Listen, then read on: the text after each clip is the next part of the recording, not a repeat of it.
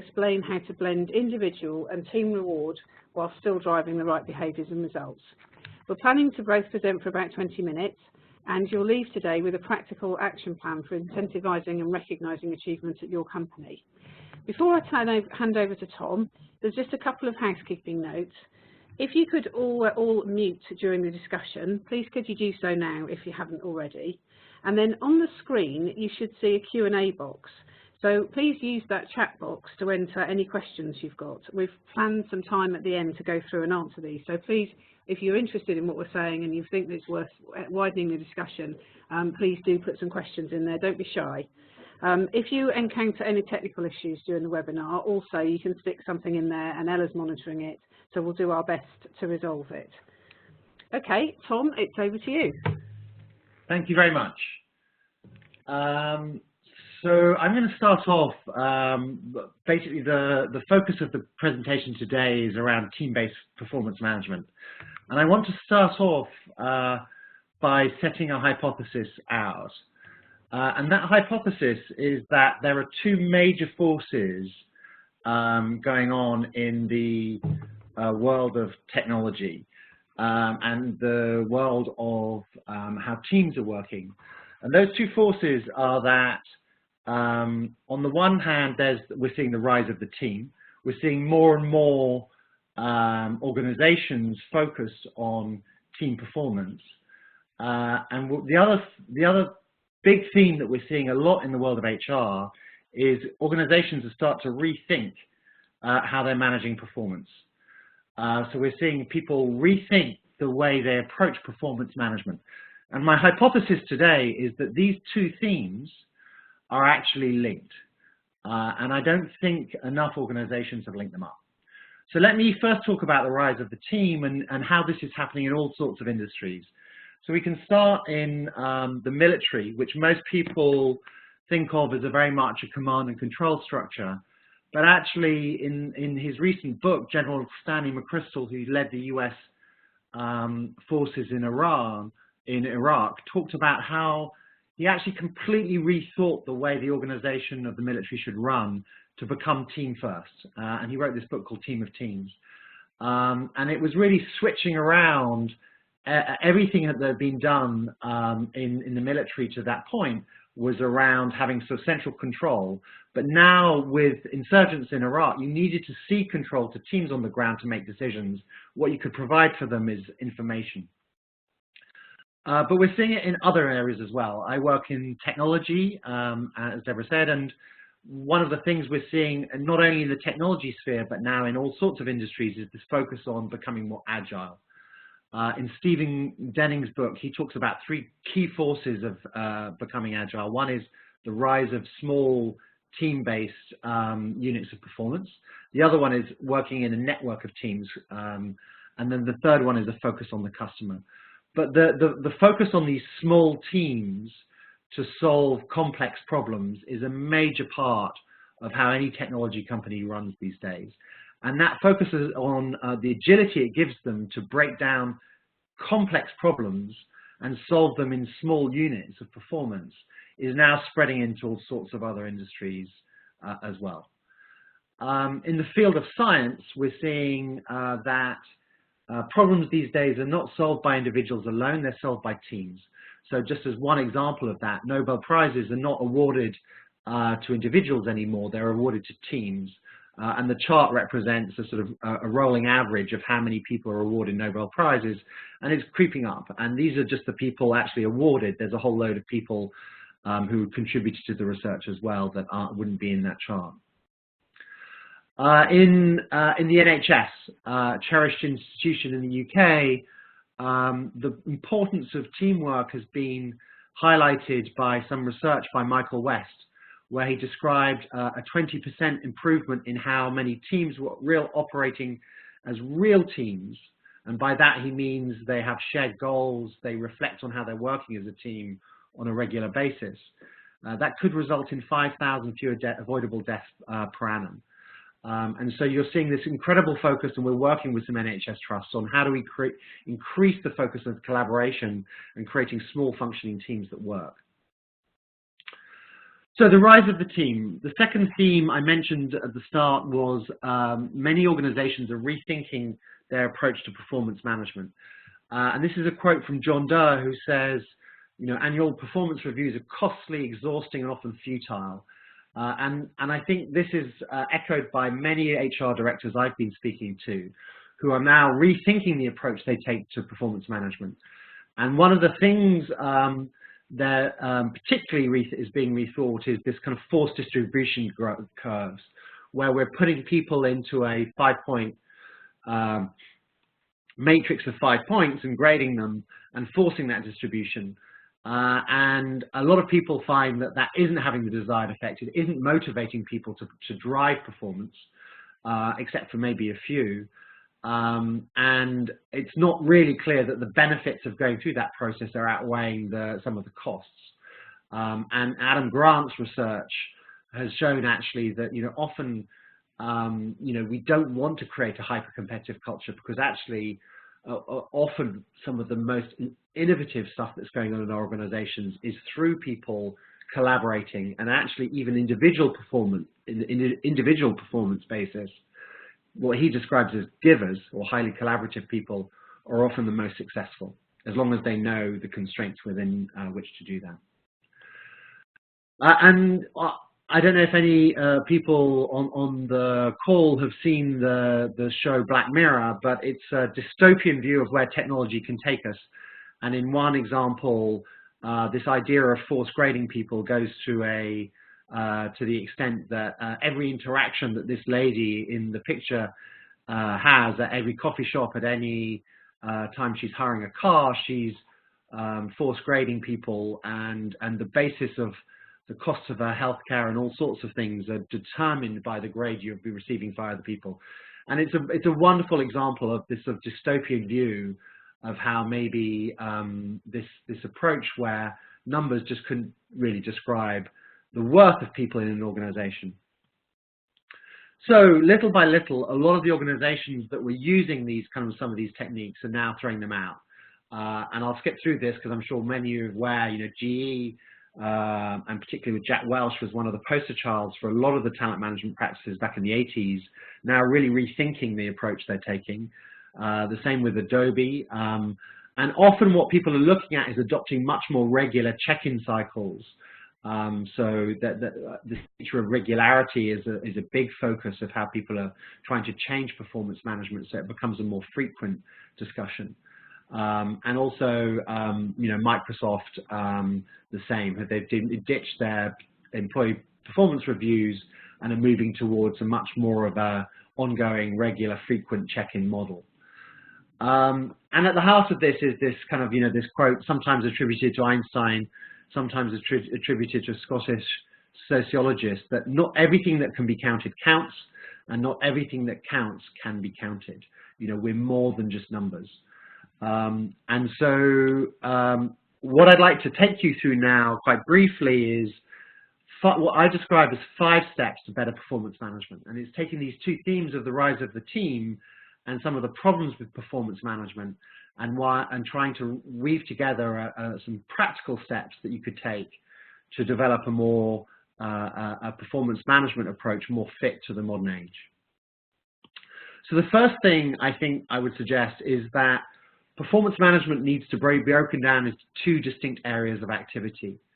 The first is what might be described as an appraisal process. And that tends to be sort of a backward-looking process. It's typically annual, and it's linked to sort of compensation and reward and extrinsic motivations.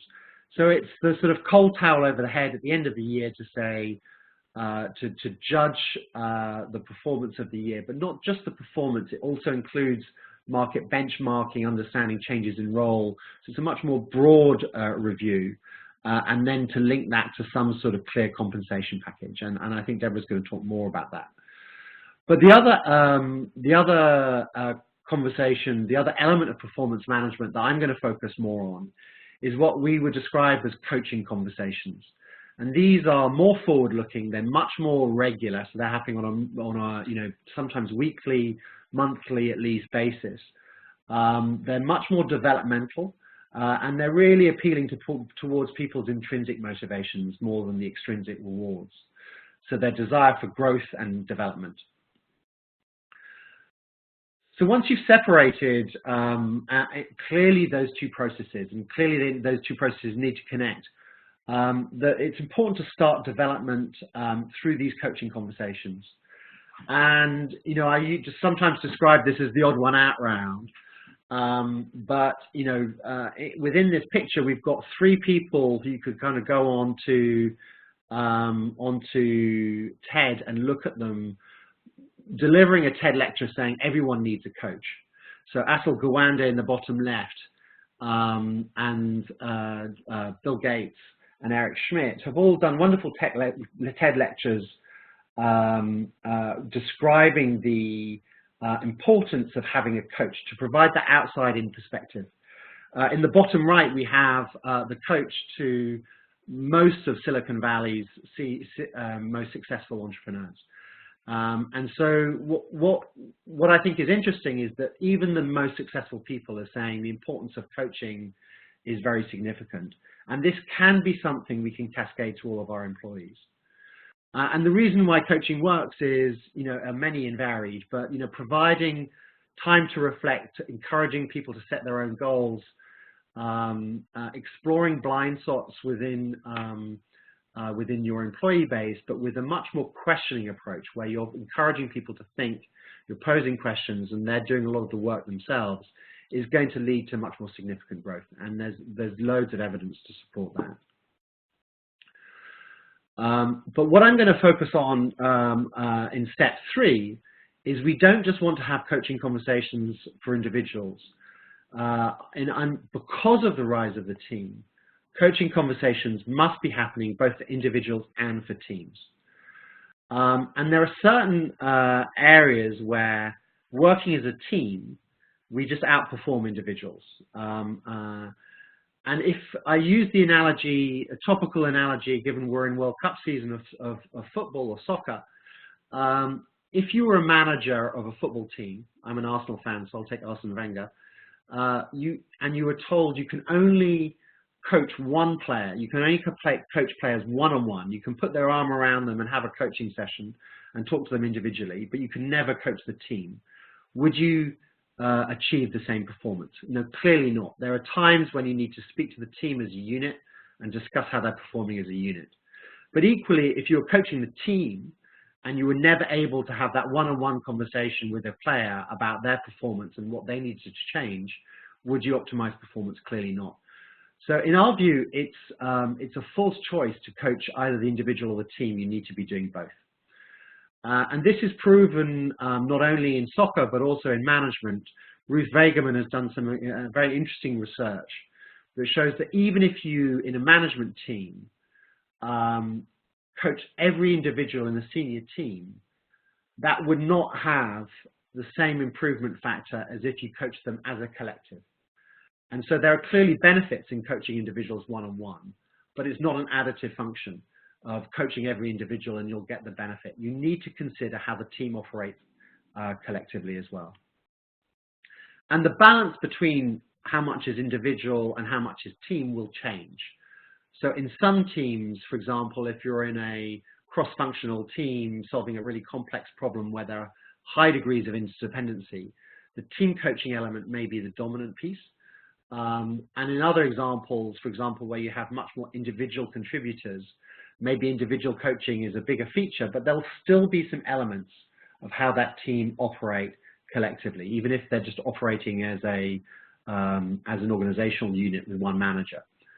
And so to give you an example actually of some companies that are now almost entirely focusing on team-orientated coaching, both Spotify and Google have started, not Google across the piece, but this was a tweet from one of the key founders of some of the goal management systems at Google, are heavily focusing on much more of the team coaching and the team goal setting process than individual, because it's so collective. So clearly, as I say, that will vary. they would both be operating in this area where the blue goal setting was much bigger than the yellow individual. But the hypothesis is every team will need a little bit of both, and the balance will vary. Step 4 is to ensure that performance discussions are aligned with your business strategy. So given everything I've said, we don't believe in a one-size-fits-all performance management approach. The degree to which you focus on the kind of coaching emphasis will change according to the kind of situation you're in. So, for example, if you're in a company where you're going through significant headcount reduction, there's a very, very clear focus on cost and improving standards of talent because you don't feel you've got enough talent in the organization. You may be focused more on one-to-one coaching, on personal accountability. You may actually even want to have some sort of forced ranking to improve your talent standards because you want to be very clear on your on how you're raising the bar. If you're in a situation where you've got high growth and innovation, you've got a very, very strong talent pool inside, you may want to be focused more on the team-based coaching, less on individual, and within your appraisal process, the market benchmarking may be one of the biggest factors to consider. So across the way you design your performance management, the consistency with your strategy is key. And then finally, I think one of the things, if we're saying you need to be encouraging coaching conversations, both for individuals and for teams, one of the kind of questions we often get asked is how? How can we make that happen?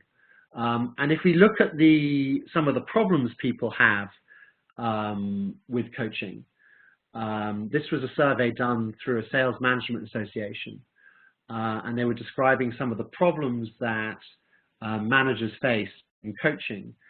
The three biggest were they don't know how to do it, they don't have the time to do it, or thirdly, they don't value the benefits of coaching. And I think the value piece is different maybe, but for time and for also not knowing how to do it, there are tools, and at Saberr we've been developing one called CoachBot, which are there to really help embed the practices of coaching using technology, using little behavioral nudges, and encouraging managers to have the right conversation at the right time. Within CoachBot, we particularly focus on teams as well as individuals, and that is also encouraging managers to collect data from the team, which they often don't have time to design what that would look like themselves, and to pose questions that the team can reflect on and then grow. So within some of the projects we've been working on, often our projects start from really getting this baseline of, is the team recognize the benefits of coaching and are they open to change? But then going through a range of different conversations to encourage teams to get to know each other, and then using the technology to drive setting very, very clear expectations for what the team's trying to do, which is a key part of of coaching, is setting goals and the kind of standards of behavior the team wants to work through. But then having really regular check-ins where the team are discussing those things. And so I think the principles of good coaching, whether it's individual or team, can be supported not only through training of managers, but also through devices to embed that practice and that regular check-in cycle. And so in summary, we talked about some of the two key themes that I wanted to present today. Well, one is the rise of the team and how important the team is in almost every organization. And the second thing is the fact that we're rethinking performance management. And that if we are clear in terms of what we mean by performance management, and there are these two different kinds of cycles, that particularly for encouraging coaching conversations, we should be doing more of that, both with individuals and with the team as a collective. The approach you take needs to be linked to your strategic objectives, and so there's no one size fits all. But these two themes will be there in every scenario. And then finally, you know, to encourage you to, both in terms of how you're training and embedding a coaching culture in your organization, but also to think about using tools and approaches to embed that in a regular cycle. And technology is an interesting way to do that. And we'd be delighted to talk more about how you can create those behavioral nudges with technology. So as Deborah said at the beginning, we'd be delighted to take any questions. So please do, if that's provoked any questions or interest, I'd be delighted to take any questions at the end or indeed after the webinar. But I'll pass you back for the next stage. Thanks, Tom. I think what I really enjoy about Tom's presentations is that they are really thought-provoking, and that there's some really interesting stuff in what he said about how organisations are changing, and as an HR function we need to change to reflect where the business is going so that we can lead some of these conversations rather than lag behind. I think in terms of what I'm very conscious of is that, I don't know about your board, but certainly client boards that I'm talking to are talking a great deal about productivity and how they can improve productivity through increasing the speed at which they can get to market. And Tom has already talked a little bit about how IT practices are creeping across the whole business. So things that we never talked about previously, like agile and sprint and scrum and all of these sorts of words, are gradually starting to creep into everyday life. And the way that smaller teams are working to have faster cycles of innovation, which means that you can meet customer needs more quickly, which means that you can go to market more quickly, is all around driving productivity. I think the thing that's quite tricky is, where does the compensation conversation fit in? Because traditionally we haven't really done a lot of work in rewarding teams for quite a long time. When I was researching this presentation, I had a good look on various websites that I often use, like Harvard Business Review and the McKinsey work and so on. And what was fascinating was that the stuff on team-based reward was all really old. You know, essentially we were looking at things that were going back to the late 1990s and the early 2000s around self-managed teams and so on. So where else can we find information on how to think about managing teams, but also particularly rewarding teams as a group of individuals? So the most common example that people tend to use here in the UK is people talk about John Lewis. So John Lewis is a partnership, which means that everybody who works for the organisation is a partner and a part owner of the business. And that's probably the gold standard that people turn to and say, oh, well, it works for John Lewis, you know, they all get paid the same and it all works like this. They don't actually get paid the same, but they all get paid the same percentage of their bonus, from the CEO right the way down to a temporary seasonal who's working on a till. So there's the same structure for everybody. And the other research that I came across was Netflix, and at this point I was quite excited. I thought, oh, you know, this is really interesting, Netflix and teamwork. Actually, Netflix talk a lot about a team, but they really talk about individuals within teams. So what they're talking about is their ideas around having a star player in each position on the team. But actually, that's not being a team player, that's being an individual within a wider group. And I think very frequently within organisations, we tend to use those labels, don't we? We talk about the senior leadership team or the HR team, but actually they're just a group of individuals who are herded under a banner, but from a sales point of view are completely distinct. So taking Tom's new world and building on that, how can we think about really changing our mindset in the way that we might pay individuals in a much more team-based way of working? And one of the things that you could do to improve productivity and to think about having a more agile group of people that are working faster, and as Tom mentioned, in smaller groups that are more agile, is to reward them as a group rather than to reward them as individuals. So if we look at the John Lewis model of rewarding a team, what's really interesting about that and what has struck me the most is that there are probably as many cons to that process as there are pros. So some of the stuff that we're very familiar with, that people talk a lot about in that model, is that everybody is a partner in the organisation, people have accountability and they have a shared sense of responsibility. And also in terms of making decisions around bonus, it's actually quite easy, because you don't have to play games. Everybody gets the same percentage, which is driven by the profits of the organisation, and therefore you can manage the team effectively through no favouritism, no game playing, no sense of why has he got more bonus than me, and it's very clear and it's the same for everybody. And the theory behind that is everybody has an equal level of ownership in the business, and that it models ownership behaviours, which is good for the customer and it's good for the people who work for John Lewis. So those are all the pros. But on the other side of the slide, you can see that there are also quite significant cons around it as well. So it can be a very blunt tool. You have to really manage performance in the workforce if you are going to use a team-based approach, because a poor performer will get paid the same as other individuals within the team who perhaps are carrying their weight a little more.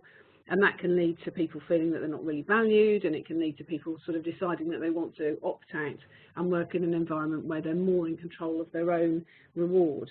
So managing having a strong performance management, and whether you do that, as Tom was talking about, on a more regular basis, or you rely on an old-fashioned and traditional appraisal style once a year, you've still got to be able to manage people effectively, so that you don't end up with a sort of charter, I've written here, a charter for mediocrity, where everybody just falls really to the lowest common denominator on performance. And I think the other question is, in today's environment where people are probably much less willing to take things at face value and challenge things a lot more, is it really true that everybody in an organisation as big as John Lewis is really partly making decisions and partly driving the business? Or is it just that they're being told what to do and their job is to carry it out?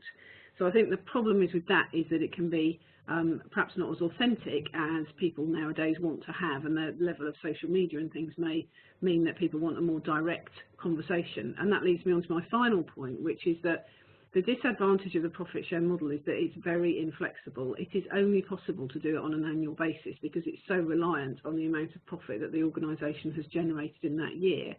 It also makes it difficult to do more of a long-term incentive because they have to give out quite a lot of money. They're only allowed to retain a certain amount of profit. And it does mean that you are unable, as we talked about earlier, to have teams that are working on a different timescale than the annual timescale.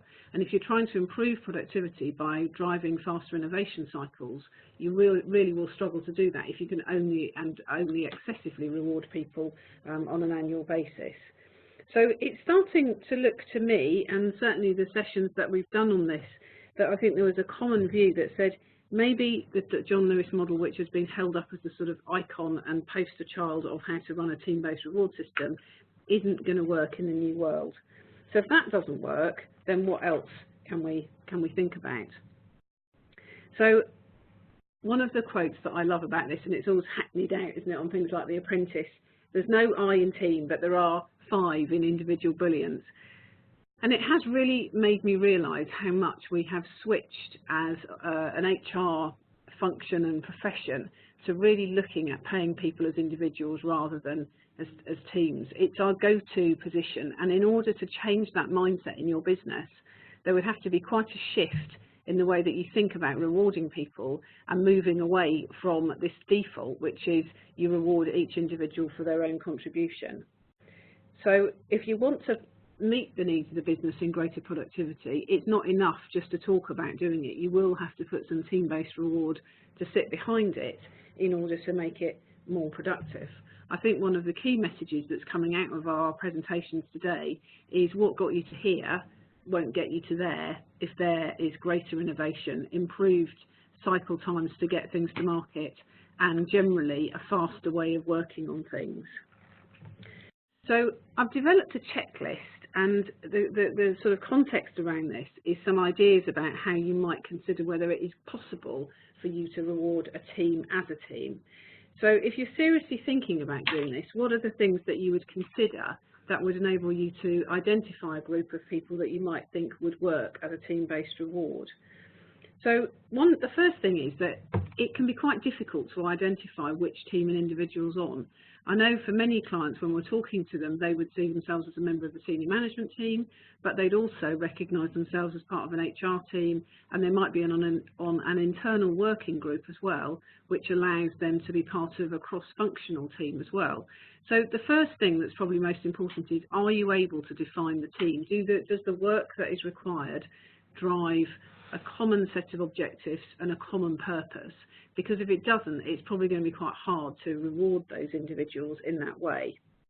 And then reflecting what Tom's already talked about, managing goals and managing performance metrics is absolutely key. So if you've got these small teams that are spinning out of an IT technology type environment where you can identify what they're supposed to deliver, and the strength of the team is the fact they all have different skills to contribute, then you're onto a winner.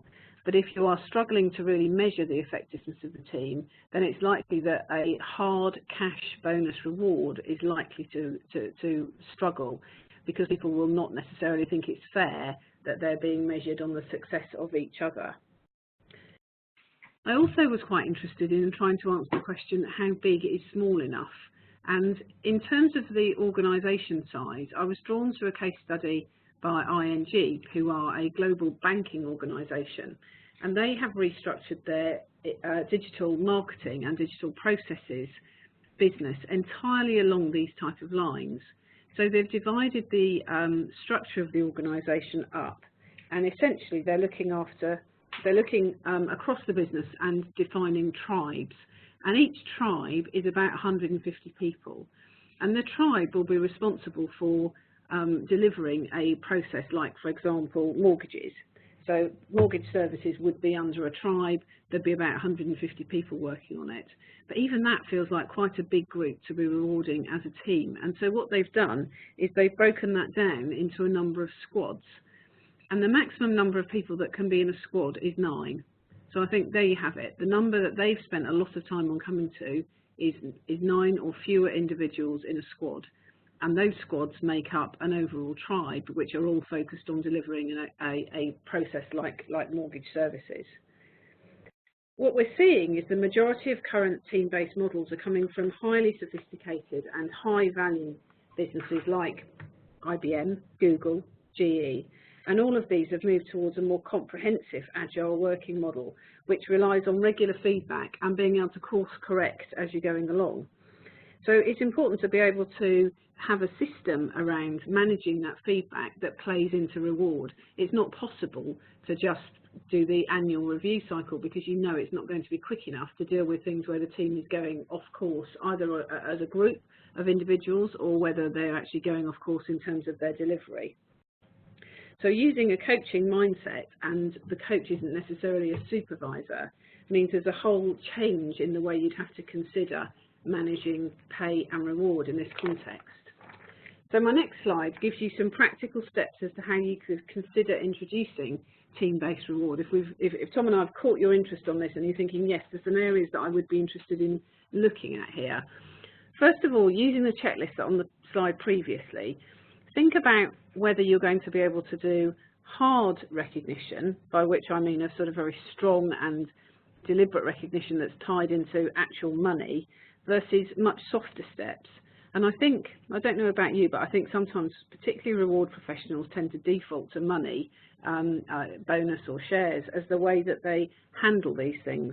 Whereas actually there's a number of steps that you might consider before that, which would lead into a team-based culture in the organisation without going in at the hard end. So if you've used the checklist on the slide before and you've realised that there is a team there, but they don't meet all the criteria, it could be that they are members of other teams, it could be the group's a bit big. One of the things to start thinking about is just starting to use soft recognition. So actual words of acknowledgement. So instead of calling a team Jason's team or Steve's team, it's having that acknowledgement that they are a group and referring to them as a project name or something like that, which means that the team is responsible for delivery and it's not reliant on the senior person. And that sounds quite small, but it's hard to get team accountability if somebody's name is at the front of that team, because inevitably, as a default, as we've already mentioned, you'll tend to go to the individual for delivering it rather than team responsibility. The next step in that you might consider is, instead of using cash, using different recognition processes. And I'd like to be a bit more ambitious than the normal recognition approach here. So whilst I've put on the list at the lower end, you might just do a pizza lunch and sort of well done. Why not think about some more interesting ideas? So it could be, we work with a client where we develop some recognition processes for both individuals and teams. And we had a team who performed particularly well on it was on the Parish Air Show. They did a great job. And so they were recognised as a team. They were invited to a lunch with the CEO. And at that lunch, they invited an Olympian gold medalist who'd won his gold medal in a team-based sport to come and talk about what it really means to be a high-achieving team. And it was a great story for the rest of the business. It was one of those things that says, oh, do you know what they've done? They've been to lunch with, I have to be honest, I can't remember who it was. I think it was one of the rowers. And from that point of view, it creates this culture that says it's important to be part of a team around here. It's important to deliver things as a team, and we're able to recognise it. So as Tom said, we're sort of interested in questions and thoughts. So if any of you got any similar examples that you'd like to share with us, please use the chat box to do so. I'm carrying on moving up my list, my steps really, in terms of how you involve them. And the team share is a sort of softer approach than a full-on bonus.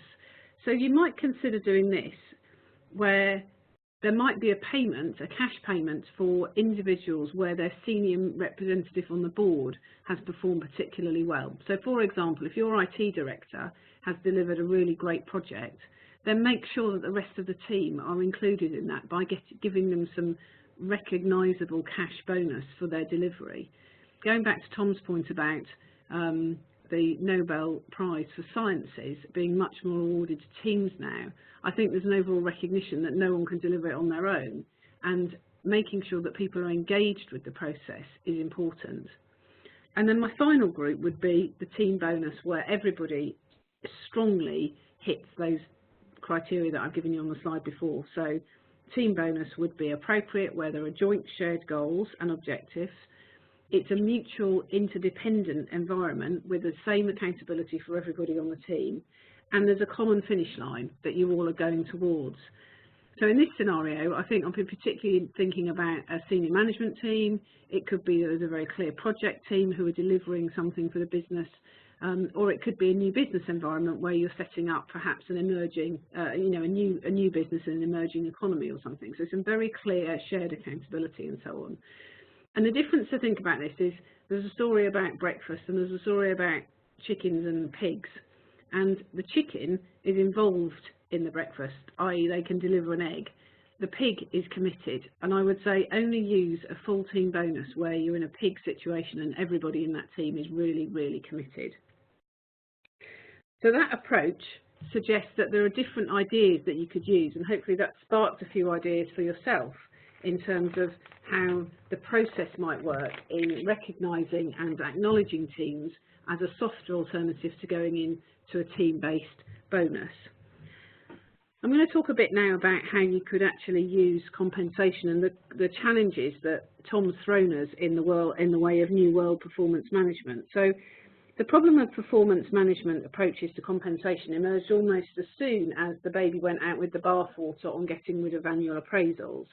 I recently published a chapter in the Talent Management Handbook, and in there I focused on how new world approaches to talent management and performance impacts the compensation discussion. So how can we retain the best from the new world of discussion about employees and managers and yet make it workable, so deliver a workable link to pay? Talent professionals, and I know mostly the people on the call today are reward and generalist HR people, the new world very much plays to talent professional strength on personal development. It focuses on what an individual can do rather than what they can't. But us reward professionals would say when it comes to retaining talent, there's always a big elephant in the room, and she's waving a checkbook or a share certificate from your biggest competitor at your most highly valued employees. So without a clear structure to managing pay, organisations that moved to the new world found that their approach was in danger of putting too much pressure on managers to make hard compensation decisions without any sort of audit trail of formal data points. Even Microsoft have said actually they found this really challenging and require more work. So you do think if one of the biggest companies in the world with some of the best brains available to them is struggling, then how can we develop approaches which work for all companies? So what I'm thinking about is that you might have a bit of a twin track here. So there is a track which talks about the things that Tom's touched on, so a coaching style course correction, enabling your teams and individuals within the teams to get regular feedback on how they're doing. If you like, it's having a tennis coach who's giving you feedback on why your serve always goes into the net. You know, throw the ball a bit higher and it'll go a bit further. You want that type of environment where people can course correct. But at the same time, there needs to be a conversation which leads to compensation decisions. And having a quick half hour where you're trying to do both at the same time isn't going to be the best way. So one of the things that we've trialled with a couple of clients is taking a 3-lane approach to compensation conversations. So most of the year you're talking in a development and coaching style, but when it comes to actual performance review and a stake in the ground which would link to pay, how about thinking about a simpler approach to performance management?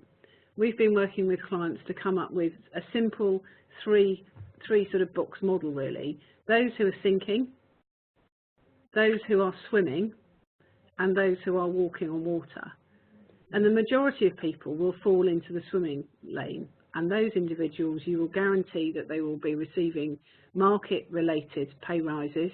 They'll be kept in line with the market and reflecting what they're doing, but they will fall into the middle group, whether it's for pay, base pay, or bonus. On the other hand, you're going to have some people who are struggling, and hopefully you wouldn't leave it until the last point of the year to have the conversation with them to tell them that they're sinking.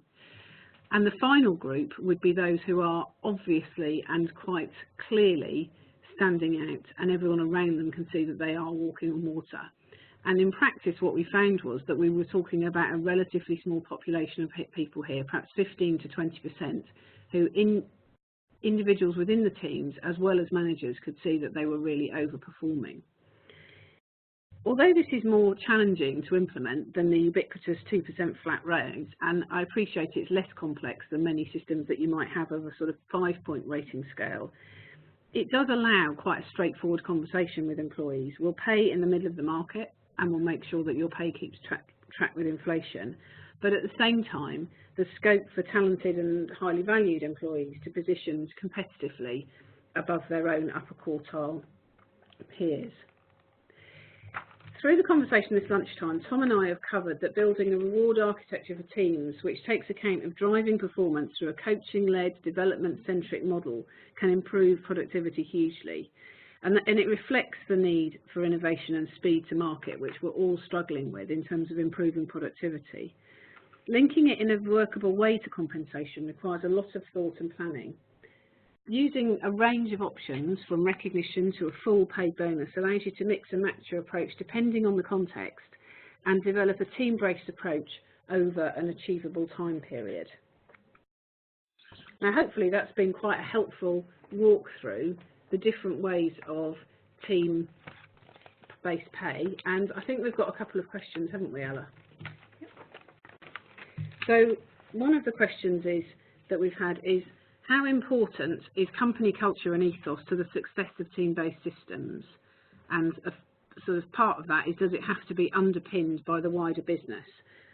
Tom, do you want to have a go at that? It's about culture and ethos and how the success of those things is affected on team-based systems. Yes, I think clearly company culture is very, very important to embed a real team-based philosophy across the business. And also more than just team-based, because I think the next level you get to after the team is teams collaborating with each other, because you don't want just teams collaborating within the team, you need cross-team collaboration. And again, culture, I think, sets the tone for how that happens. But one of the things we have found is that for organizations which feel that maybe on the kind of cultural level, that they're not really operating with that level of natural cooperation, they don't work agile, they don't have this kind of, they're not used to working in small teams. Organizations want to know how to start, how and where to start. And certainly we've seen two kinds of engagements. One where we've worked with the top team, because if you can get the hearts and minds of the top team engaged with, what real teamwork looks like, and then they start to sort of model that behavior, that can have a huge impact in terms of setting the tone for company culture. But the other thing is just, teams can start to set the tone themselves. So you can operate just with a team, you know, even if it's working maybe against the culture of the organization, just to start to say, well, how do we define our success as a team? How do we start to, you know, view ourselves more than the sum of our parts, set really clear team goals, not just individual goals, and start to reflect on how we're working with each other and have regular conversations about it. So I think culture is critical in the long term for encouraging collaboration, but I think there are ways to start both top down and bottom up by modeling kind of collaborative behavior within individual teams as well. Okay, that's great, thank you. And we've got a couple of other questions, and I don't know, you told me you might not know the answer, so I must admit I don't. Stuart's asked, do you know how Google and Spotify are rewarding individuals within teams? I know there are a couple of examples that you gave. Yeah. Is it a team bonus approach? Yeah, I think it's interesting because I think it probably summarizes sort of a lot of what we've been saying. I think most of, I mean, I don't know all of the details, but I certainly know, I know some people will work at both organizations, and I think there is still a dominant individual reward package.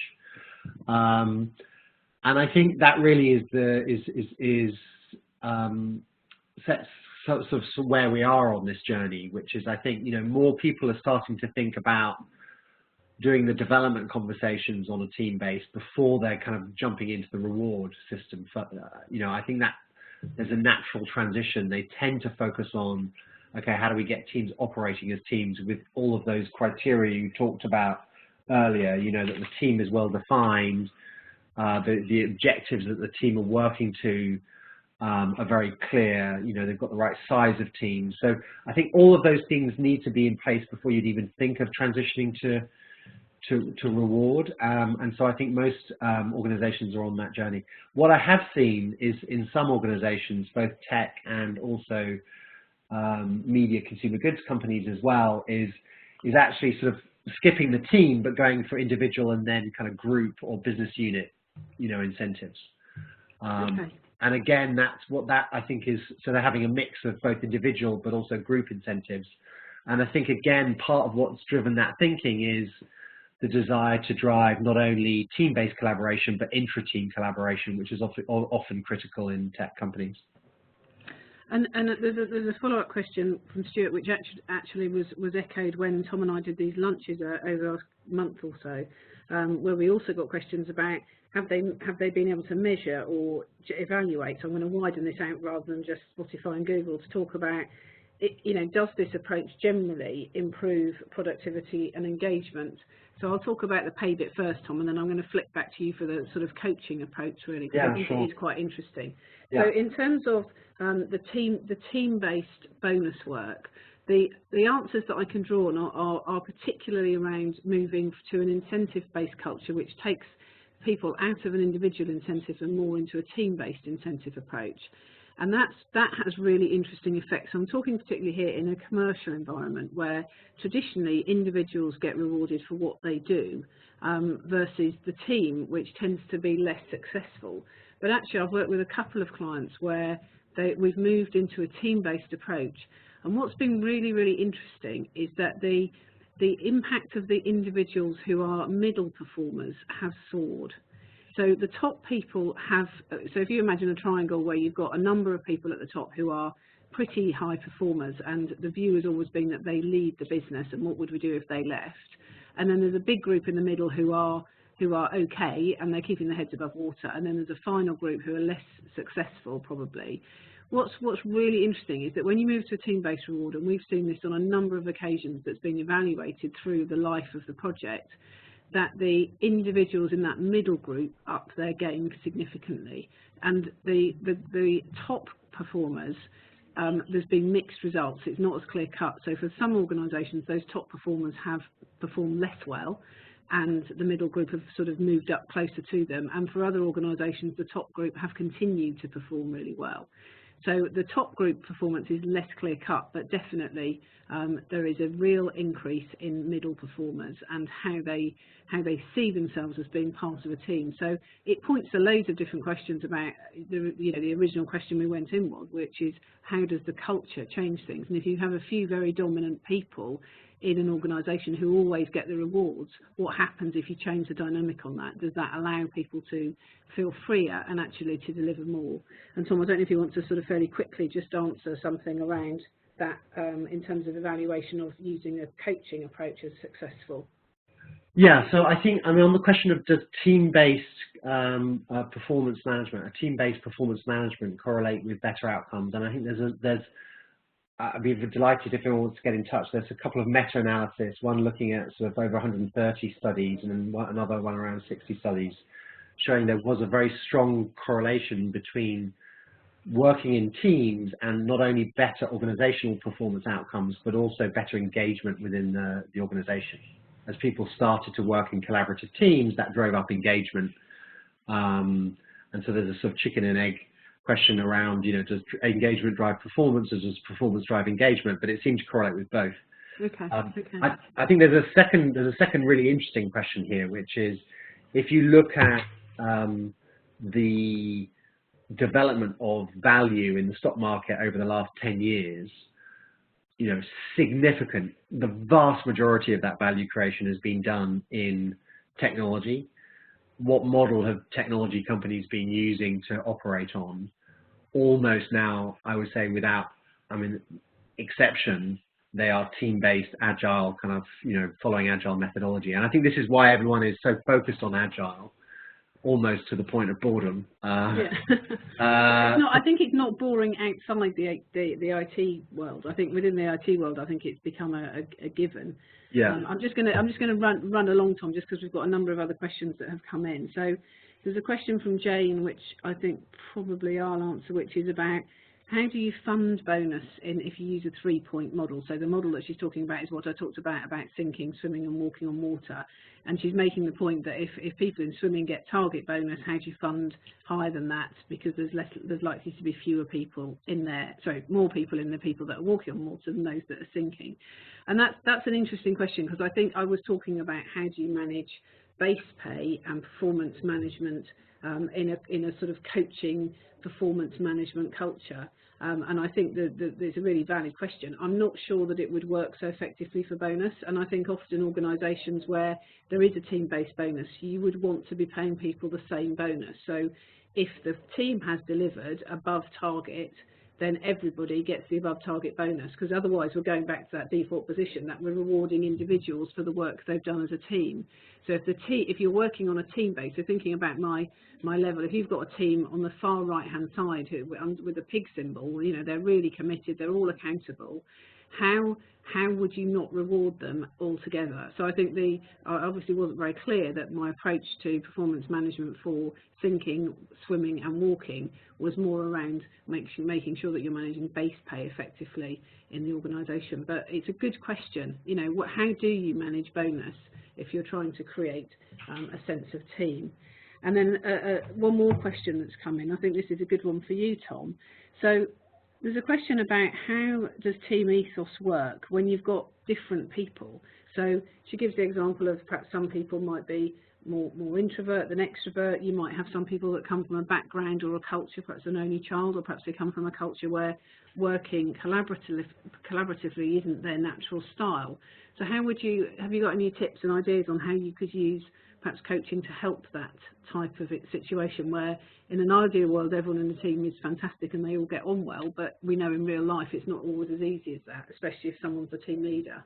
Yeah, well, this is pretty much how we spent the last 5 years of our research looking at those questions, so it's going to be hard to synthesize it. But I think one of the key things is to sort of embrace diversity, so to recognize that in great teams you want particularly diversity of thought. You want people with different perspectives.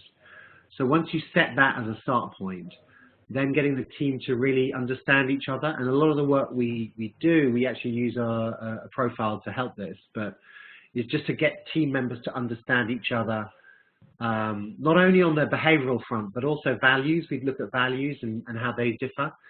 And then, so once people understand, and actually we do some interesting work to get people to talk about where those beliefs and values come from. And that's had a very, very profound effect in terms of just teams getting to know each other better. And then finally, I think what you need to do is you need to set some clear processes for how the team will, define its goals, but also reflect on the team dynamic so that you can create a safe space for people to say, this is working really well for me, this is not working well for me. And that simple ability to just have the moments to reflect on how you're working as a team sounds extremely simple, but very few teams are doing it adequately.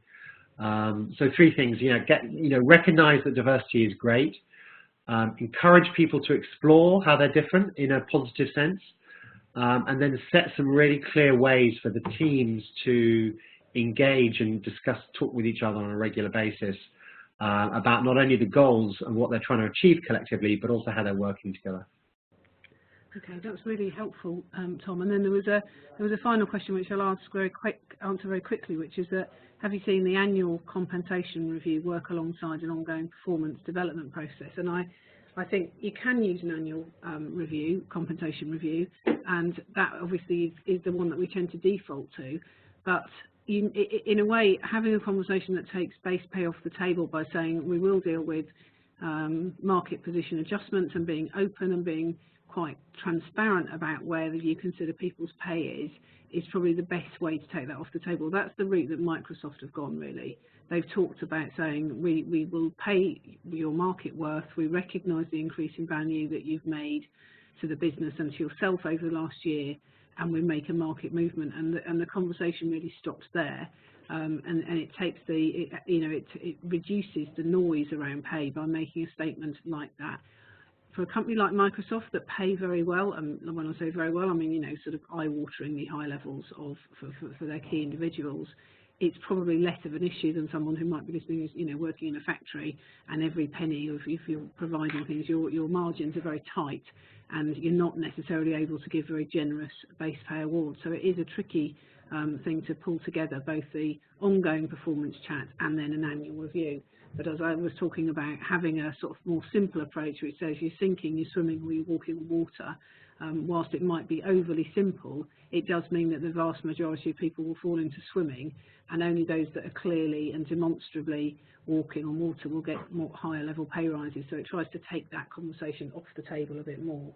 I think the other, just quickly add to that, I think one of the interesting, I don't think you can be too simple these days, so I think a 3-lane model really works for me. I think one of the key things, though, if most people are in the swimming camp, one of the key things is how you give them differentiated feedback so that the qualitative feedback they've had through the year makes them feel as though they are still growing. Yeah, so that's a really good point, because growth as an individual is key in terms of what drives people at work, not just money. So I'm very conscious time-wise that we are running right to the end of time, and thank you so much, Tom. Tom represents a business called Saberr, and he's the CEO of that company, and we'll be sending you over the slides so that you can have a look at that. And please do go and have a look on Tom's website and give him a ring and have a chat with him if he said anything that sparked your interest. I'm just going to do a quick plug now for our next Friday webinar. I'm absolutely thrilled that I'm going to be talking to Dr. Duncan Brown. Duncan and I go way back. We both worked together at Towers Perrin a long time ago, and he's done some really interesting research into job evaluation and market pricing as the basis for pay structures. And I know that for a lot of people, thinking about how can we make our grading and pay structure vibrant, flexible, agile, but at the same time give us protection from equal pay is one of those headaches that just won't go away. So you'll receive the link in an email after this. If you'd like to sign up, we'd love to have you.